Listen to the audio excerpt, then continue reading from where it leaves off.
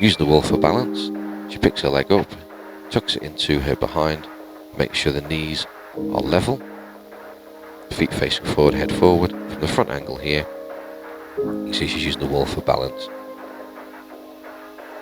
Knees are aligned together, there we go. Then bringing away from the wall, she can use her arm for balance and then pinch her ear if needed be. Hip flexors. Put one foot in front of the other, make sure the back leg is straight, bending the front knee, make sure the knee doesn't go past the toe. Head up looking forward, stretching across the hip into the front of the quadriceps. Get it from a different angle, both feet facing forward. Make sure you feel the stretch across the hip into the top of the leg, top of the quadriceps. Different variation here. She lifts it up to the backside. Knee doesn't go past the toe, so she's got a little bit of movement there forward. Again, head up, shoulders, hips, all aligned. Adductors.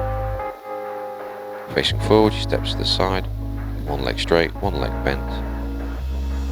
Hands on one hip or on both hips, facing forward, feel a stretch on the inside of the leg, which is the adductor area. She swaps to the other side, make sure you both do both sides.